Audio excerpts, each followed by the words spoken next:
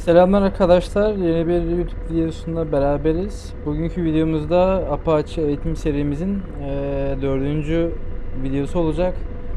Ve bu videoda bahsedeceğimiz içerikler tamamen navigasyon sistemleriyle ve uçağımızın diğer mekanizmalarıyla alakalı olacak.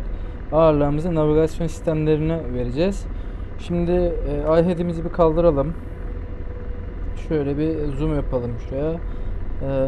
Ve şöyle görmüş olduğunuz gibi bayağı dolu MFD'miz. Düşman unsurları olsun, bizim dost unsurlar olsun.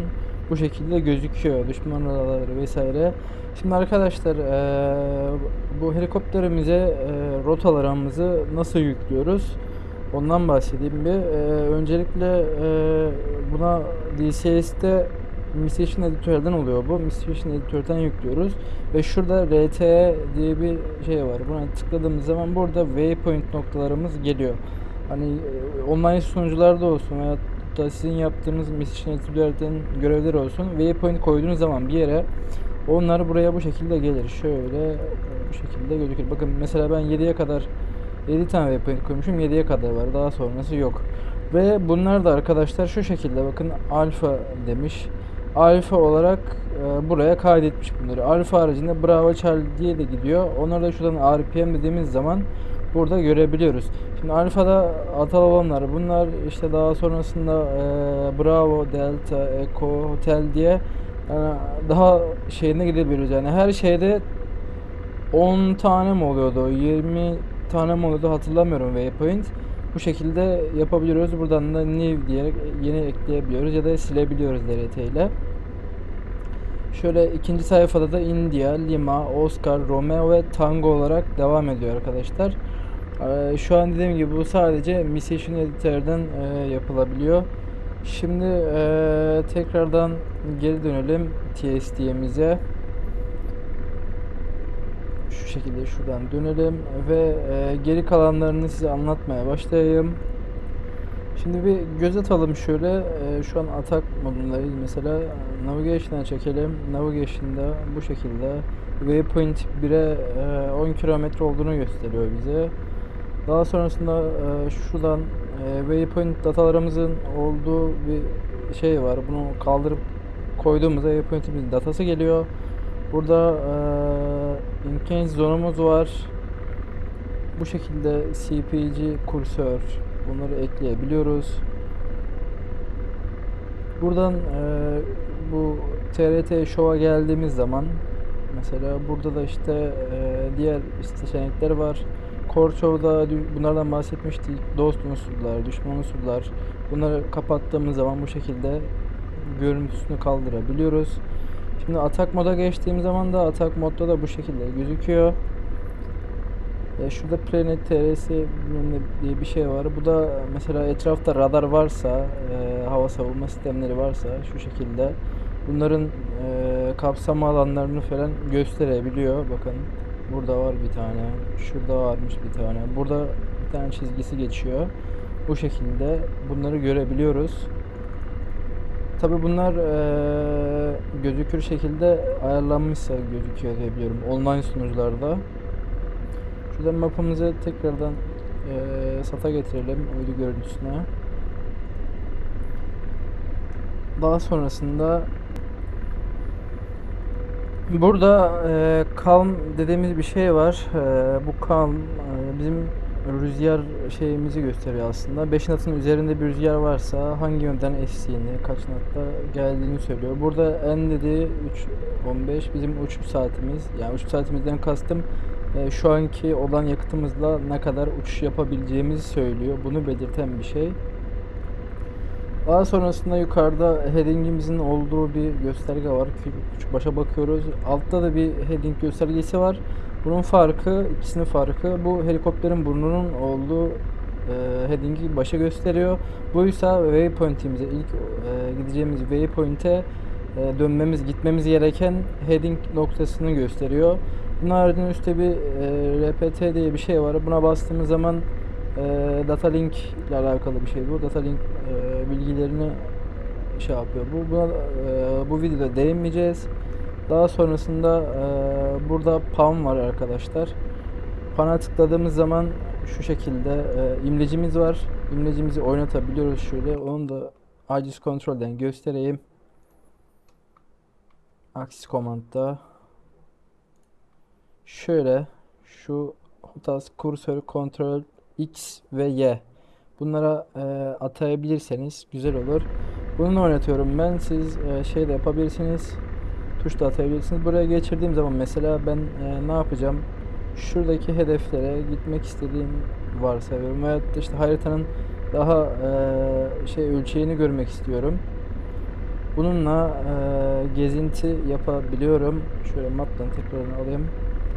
Bu şekilde haritanın farklı kısımlarına bununla gidebiliyorum. Buraya geldiğim zaman bunu kapattığımda artık bu tarafları da görmüş olabiliyorum yani. Bunun haricinde bir de şimdi pandan çıktığımız zaman mesela şu an helikopterin olduğu kısmında değiliz. Buraya dönmek için ne yapıyoruz? Şurada freeze denen bir şey var. Şuna tıkladığımız zaman tekrardan bizi buraya getiriyor. Bir de panın ayrıyeten bir imleç değiştirme şeyi daha var. Şu an pan kursörde mesela. Bunu normal alabilirim. Değiştirebilirim. Bu daha hedef işte buradaki sensörlerle falan hedeflerle başka şeylerle etkileşime girmemi daha kolay sağlıyor. Bunu da bu şekilde göstereyim. Daha sonra şurada bir show var.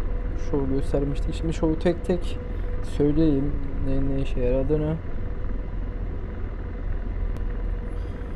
Şimdi da bunlardan önce bir şeye bakalım.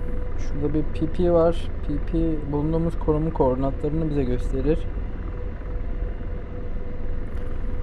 Daha sonrasında işte koordinatı, yüksekliği, koordinat var onun sağında. Koordinatlarda da işte target ve TRS yani tehditlerin olduğu koordinatları, yüksekliklerin bilgilerini bize veriyor. Şurada waypoint noktalarımızın koordinatlarını veriyor bize. Burada bununla alakalı şeyleri var yine. Şöyle göstermiş. Daha sonrasında bunlar kullanılmıyor da şu an simüle edilmemiş. Burada da yine koordinat sistemi, koordinat şeyleri var. Yani bilinen tehditlerin galiba koordinatlarının olduğu bir sayfa oluyordu. Burada da shoot diye bir sayfa var. Shoot da bizim her attığımız Hellfire füzesinin gittiği hedefin koordinatını kaydeder, buraya atış kaydeder. Böyle bir sayfa burası da. Şimdi buradan çıkalım, TSD'ye geri dönelim ve şuradan bakalım neyimiz varmış. Engine sayfasını biliyoruz zaten. Burada soğuk başlatma videosunda bahsetmiştik bunlardan. Burada sistem bilgilerinin olduğu bir sayfa var. Buradan işte motorumuzun yağ seviyelerini, sıcaklıklarını falan buradan görebiliyoruz. Bir de INS hizalanmasına da buradan bakabiliyoruz. Onun haricinde bakalım başka ne vardı burada. Burada işte bizim şeylerimiz vardı. Uyarı sistemlerimizin olduğu bir yer vardı. Daha sonrasında şuradan bir şeye bakalım. Burada navigasyon sistemlerimizle alakalı bize bilgi veren bir sayfa, Unity'li. Burada bizi ilgilendiren tek şey şu INS hizalanmasının olduğu yer. Burada bu ikisinin de yeşil olması lazım normalde. INS'imizin hizalandığını bize söyler. Onun haricindeki şeylerle işimiz yok. Çok fazla. Aynı sayfası da bu şekilde. Onun haricinde bakalım tekrardan burada ne varmış bunun altında. Burada harita ölçeğimizi değiştirmeye yarayan bir ölçek şeyi var. Bunu geçelim. Daha sonrasında onun altında center var. Center tıkladığımız zaman ne oluyor ondan bahsedeyim. Tekrardan imlecimi alıyorum.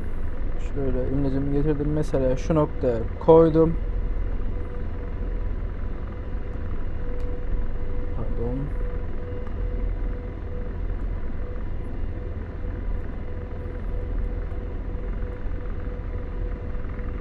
pardon, center bu değildi ya, başka bir şeydi. Şu alttakiyle karıştırdım. Center bizim olduğumuz konuma göre haritadaki helikopterimizin konumunu düzeltiyor arkadaşlar. Yani değiştiriyor. Şöyle yaptığım zaman bakın ileriye alıyor. Bir de bastığım zaman geriye alıyor. Yani biraz daha geride önümüzü görebiliyoruz. Böyle yaptığımız zaman da tam ortalıyor. Fuse demiştik zaten, bu şeyleri geçersiz kılıyor ve mesela başka bir yere gittik, panla atıyorum, başka bir yere baktık, daha sonrasında tekrar buraya eski yerimizi bulmaya çalışana kadar buradan tekrar fuse dediğimiz zaman geliyor ve geçersiz kılıyor bu şeyleri. Fuse'dan sonra bir de şurada bir CQ diye bir şey var. Buna tıkladığımız zaman şöyle geldiğimizde mesela bir noktaya şöyle yakınlaştırdık. Buraya işte bir hedef var mesela. Buna tıkladığım zaman şöyle bir şey geliyor. Şimdi bunu yükselttim. Biraz daha artırayım. Şöyle 25'e getireyim. Şöyle bir sarı halka geliyor. Bu sarı halka 8 kilometre kare galiba. Tam hatırlamıyorsam yarıçapı. Yani biz bu halkanın mesela dışından geldik. Hedefimiz burada. Şurada durduğumuz an Hellfire'larımızın menzil içerisinde olduğunu anlayabiliyoruz buradan. Ve şöyle TAS'ı açtığımız zaman da TAS'ta direkt birkaç ayarı var onun. Bu attığımız yere, işaret attığımız yere döndürebiliyoruz. Yani hedefi hiç aramamıza gerek kalmıyor TAS'la falan. Daha sonrasında bunun altında bizim şeyimiz var. İşte hedef alırken veyahut da arama yaparken işte TAS'ta mı olsun, bu CPG'nin olduğu taraftan mı olsun diye bunları ayarlayabiliyoruz.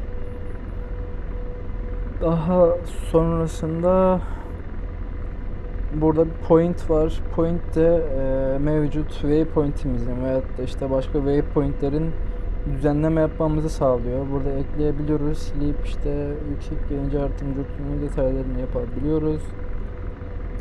Burada RTE diye bir sayfamız bu da var. Bu da waypoint'lerimiz arasında mesela geçiş yapmamızı sağlıyor. Şu an mesela ben kaçıncı waypoint'teyim ona bakayım. Şu an birinci waypoint'teyim. 10 kilometrem var. Buradan şöyle bir dedim. Waypoint dedim ve 3'ü seçtim. Ve buradan gördüğünüz gibi ok geldi ve direkt beni waypoint 3'e yönlendirdi. iHastim'e baktığım zaman da waypoint 3 olduğu gözüküyor. 29.2 kilometre olduğu gözüküyor. Buradan da bu şekilde waypoint yapabiliyoruz. Sıfırdan waypoint de yani waypoint de atayabiliyoruz. Mesela şey de yapabiliyoruz. İşte şu noktaya mesela şey yapmak istiyorsunuz. Şöyle at dedik. Şuraya bir waypoint atamak istiyorum. Ve hatta buraya gitmek istiyorum dediğin zaman şöyle buraya kilit attığınız zaman oraya oku yönlendirecektir. Şimdi iHastim'i kapatayım. RHL'yi de kapatalım. Burada map dedik. Map'te map türlerini değiştirebiliyoruz. Bahsetmiştik bundan. Chart'tır, dikti vesaire. Burada neydi onun ismi? Yüksekliklere göre yani tam o harita türünün şu an aklıma gelmiyor. Yüksekte mesela orada yüksek bir dağ var. Bunu kırmızı olarak burada gösteriyor arazi yapısına göre. Bakayım şöyle bir yükselteyim. Burada olacak mı? Gösterecek mi? Göstermedi. Fuse yapalım. Şunu bir düşürelim. Şöyle bir 25'e.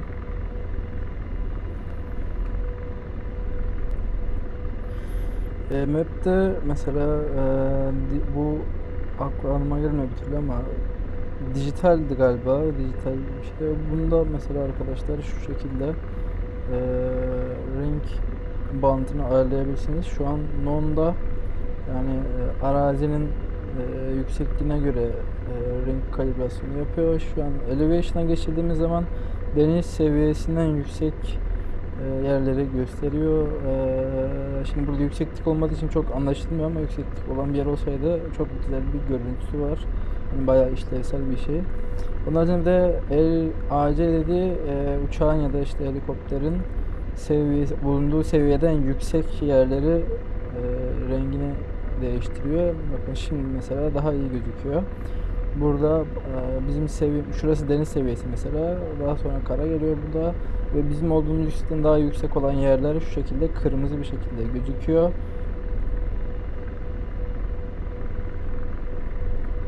Şu tepeyi kapatalım.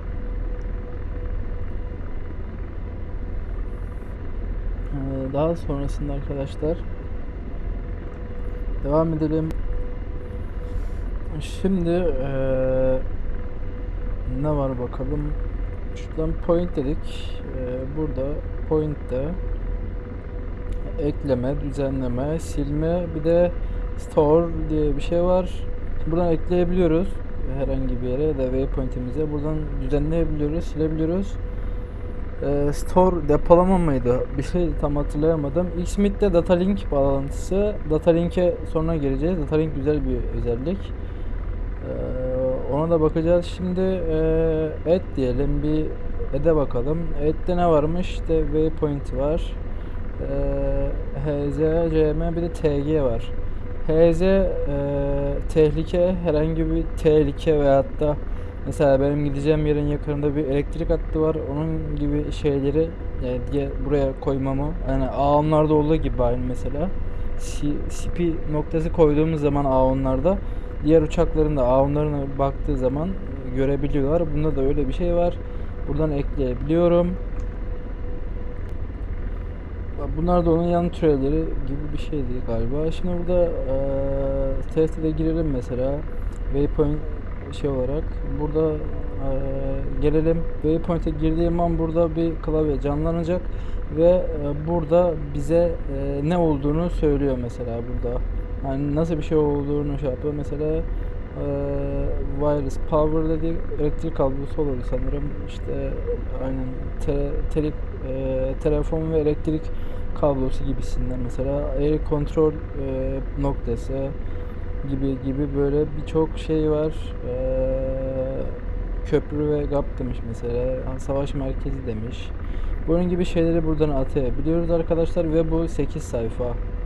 Friend mesela dost noktalarının da olduğu şeylere görebiliyoruz. Armor key falan. Ne demiş burada? Yine mi düşman kontrol merkezleri galiba. Airborne önemli demiş. Düşman havalandığı nokta gibisinden. Bu şekilde bir dünya şey var. Bakın Hawk'ları, Javelin'leri, Patriot'tur. Çok güzel yani, mesela biz Patriot gördünüz. Bunu bu şekilde ekleyebiliyorsunuz.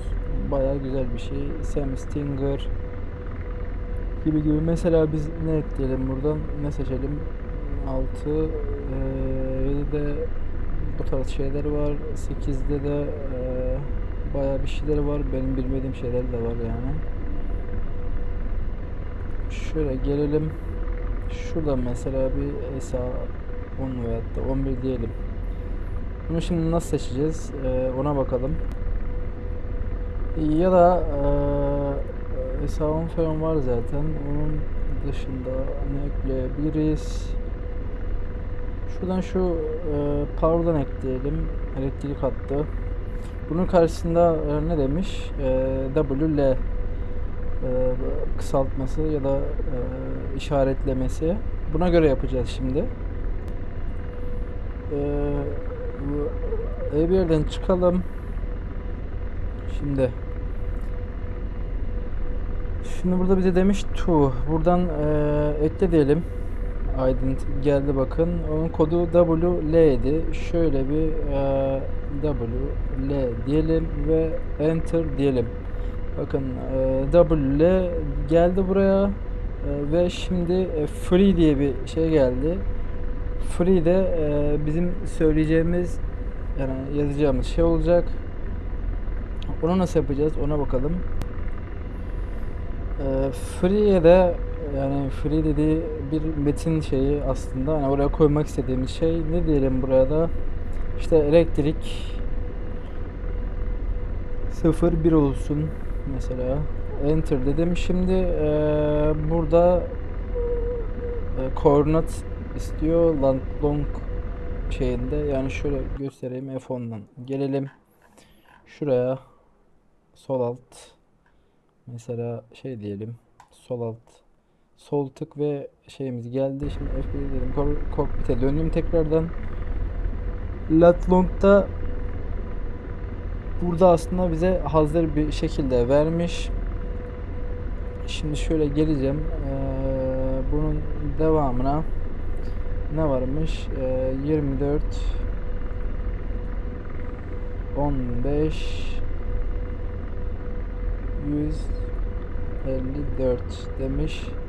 Enter dedim. Error verdi.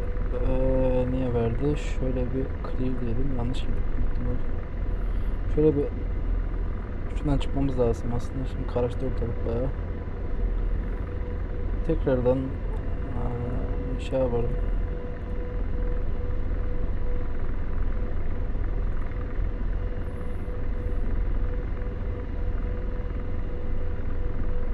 Ne demiştik? WL kodumuz. Elektrik 01 demiştik. Şimdi Langlong 40 RMB 40 RMB hazır zaten. Bunun sonrasındaki 8 haneliğe girmemiz gerekiyor. 493 devam edelim abi. 493 74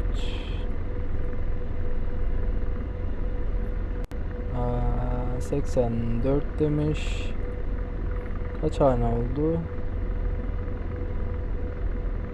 3 4 5 6 7 8. Bir tane daha 4 girersem 8 hane edecek. Yani Langlong'a göre olmuş olacak diye sanıyorum. Evet. Şimdi altitude diyor. Altitude'umuz 268 değil. Silelim. 52. Enter dediğimiz zaman gelmesi lazımdı. Şöyle bir büyütelim. Şu point'e tıklayalım bir daha. Şu an nereye atadık acaba? Çok merak ediyorum. Şurada bir şey var ama bakalım. Map'ten değiştirelim mi görüntüyü?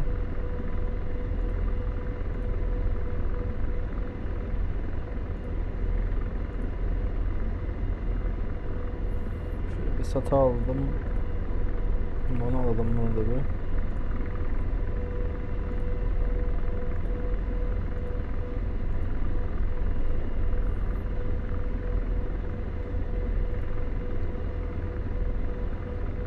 Baktığımız zaman gözükmüyor. Niye? Yanlış girdik büyük ihtimal ya da farklı bir yere girdik. Velhasıl buradan bunun bu şekilde olacağını siz anlayın abi. Daha sonrasında ne vardı? Şimdi bir de şöyle bir bakalım. Girelim. Waypoint bize en yakın. Waypoint 1'i mesela şuraya alalım. Waypoint kaç olsun? 1 olsun diyelim. Şunu bir Waypoint 1'e getirelim.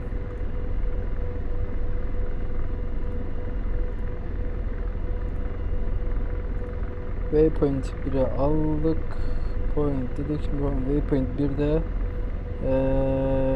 et diyelim. Şöyle ekleyelim mesela.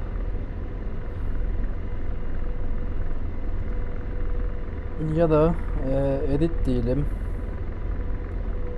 Şöyle şuraya alalım. Ya da del diyelim. Yes diyelim. Silelim. Et dedik mesela. Şuraya tekrardan gelelim. Bakalım. Gerçi bunu eklemesi nasıl olur buraya böyle bilmiyorum. ES demiş ama tekrardan yine buradan eklememiz lazım galiba. Şunu bir daha bir del diyelim. Evet dediğimiz zaman HZCM şöyle bir tıklayalım bakalım. Bu şekilde gelecek mi? Aynen. Şimdi buraya 09'dan bir şey koydu ama neyi koydu? Ona bakmamız lazım. 09 neymiş?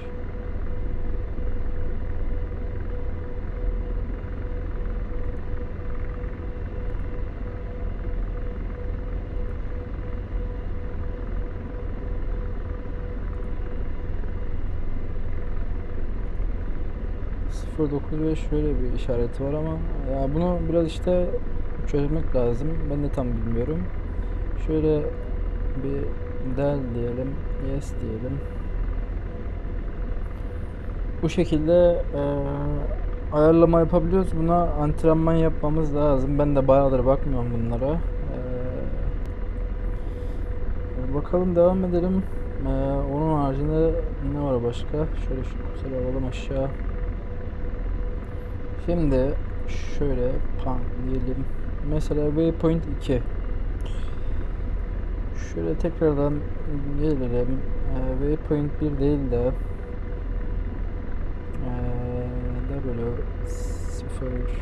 W02 diyelim.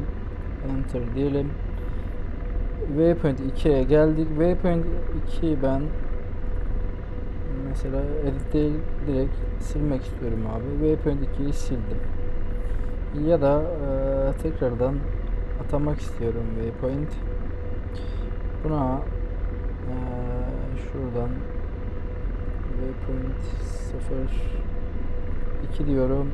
Enter diyorum. Şöyle alıyorum yukarıya. Şuradan waypoint seçmemiz lazım ama. Waypoint 02 tekrardan girelim.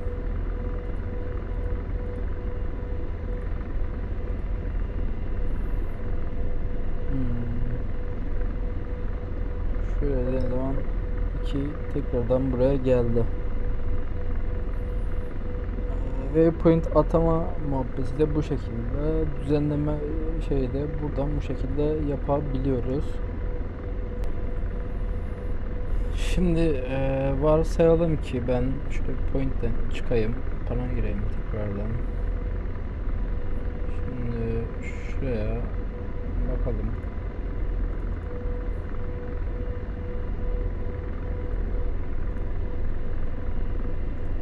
Sat diyeyim. Map'ten çıkayım. Yine 25'e düştü ama olsun. Şimdi burada waypoint 4 var. Burada waypoint 1 var. Ben istiyorum ki şu an mesela 1'e geliyorum. 1'den 3'e geliyorum. 3'ten 4'e. Ben 1'den 3'e değil de direkt 4'e gitmek istiyorum diyelim. Ne yapmam lazım? Şu plandan bir çıkayım. Şuradan point'e gelelim. Pardon, point değildi. Rota olacaktı. Buradan RPM dedik ve new dedik. Bravo dedik ve tekrardan şöyle RTM dediğimiz zaman add diyorum, point diyorum, waypoint 1 olsun, waypoint 1 diyeyim, tekrardan şöyle geleyim, şöyle de şurada bir deneyelim.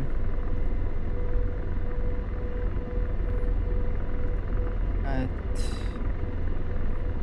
waypoint 1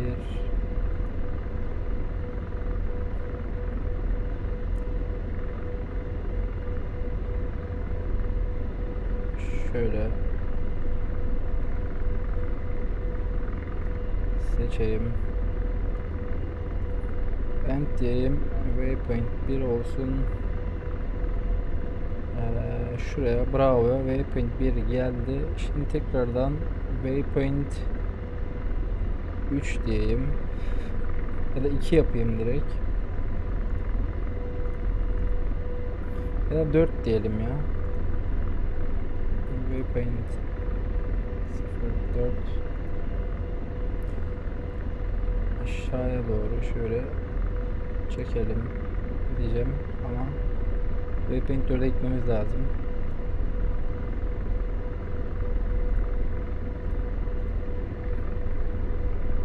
Waypoint 4 gözükmüyor çünkü.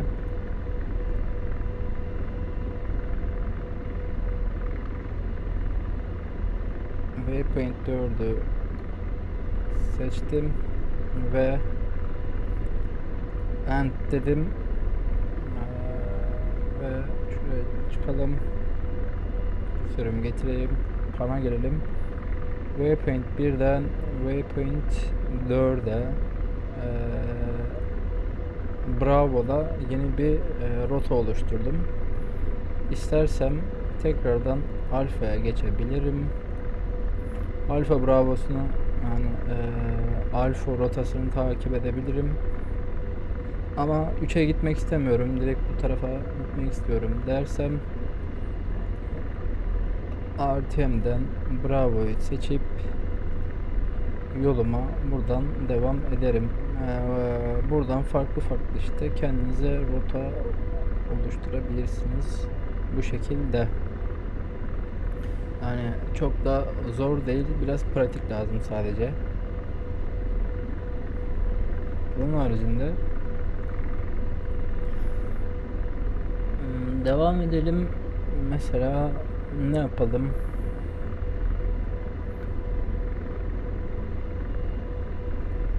Şu normal alayım tekrardan. Ondan çıkayım. Fury'den de çıkalım.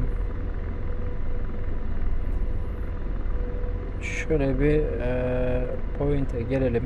Tekrardan diyelim. Şöyle bir şey isteyelim. Tehdit koyalım mesela. Tehditimizde ne olsun?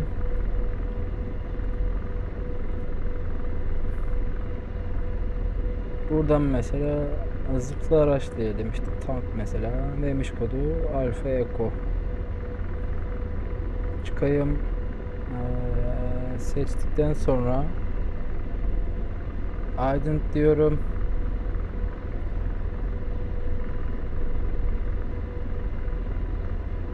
Alfa Eco Enter, işte atıyorum ne olsun, hangi tank olsun, T90 olsun, Enter. Burada kendimiz elimizle yazmayalım da direkt kursörden atayalım. Şöyle şurada var diyelim, Enter dedik, altitude diyor, altitude otomatik geliyor zaten. Enter dedim ve buraya T90'ım geldi. Bu şekilde de gördüğümüz tehditleri girebiliriz. Daha başka olarak tekrardan mesela ne ekleyelim? Diyelim. Target diyelim bu sefer. Target'ta ne varmış? Bakalım.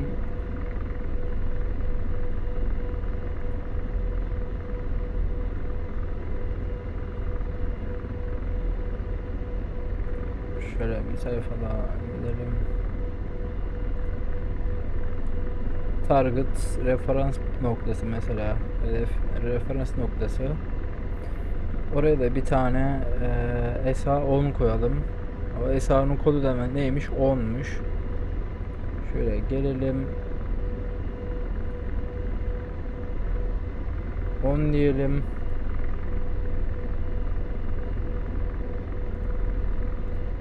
Enter diyelim. İsmi de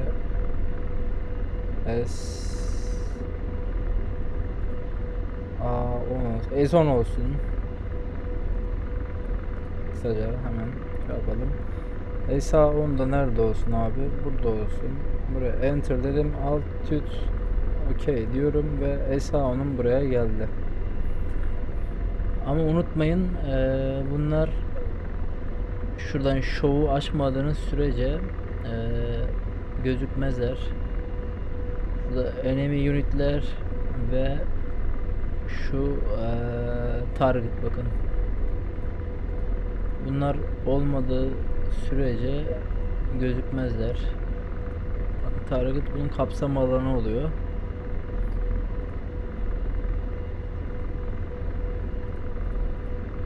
Bunlar çok şey yapmıyor gerçi de. Bunları unutmayın arkadaşlar. Açmayı çok işe yarıyor. Hem navigasyon modda hem de atak modunda bayağı iş gören bir şey bunlar.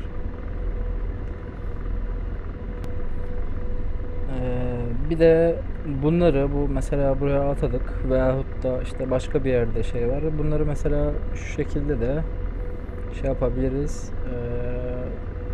Nereden de? Şuraya RQ dedim. Getirdim imlecimi T90'ın üzerine. Enter dedim ve T90'ıma şey yapmış oldu beni. Ya nasıl söyleyeyim? Şöyle bir iHead'imi açayım.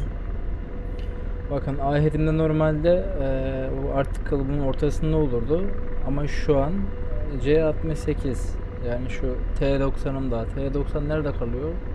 Bakayım. Bayağı arkalarda kalıyor galiba. Bunu önüme bir yere alayım ben. Yo, aslında sol önümde olması lazım bunun. Şunu bir çekeyim. Tekrardan açayım. Heh, burada. Ben görememişim, kusura bakmayın. Mesela havalandığım zaman bunu görebileceğiz. Yahut da işte şurada hesabını seçebiliriz. Geldim abi. Hesabımı seçtim ve buraya geldi.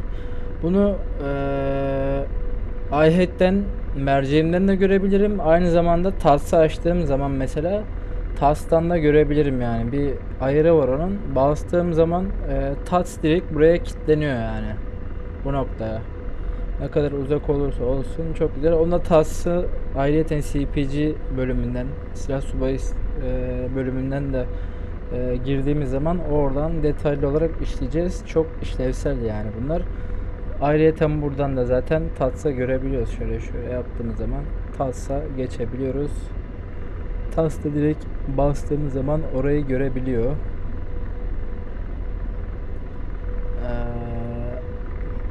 Kısacası böyle arkadaşlar. Kullanışlı bunlar. Evet, bu videomuzda göstereceklerim bu kadar arkadaşlar. Daha detaylı birkaç bir şey daha var ama onlara çok hakim değilim. O yüzden başka videolarda görüşmek üzere. Kendinize iyi bakın.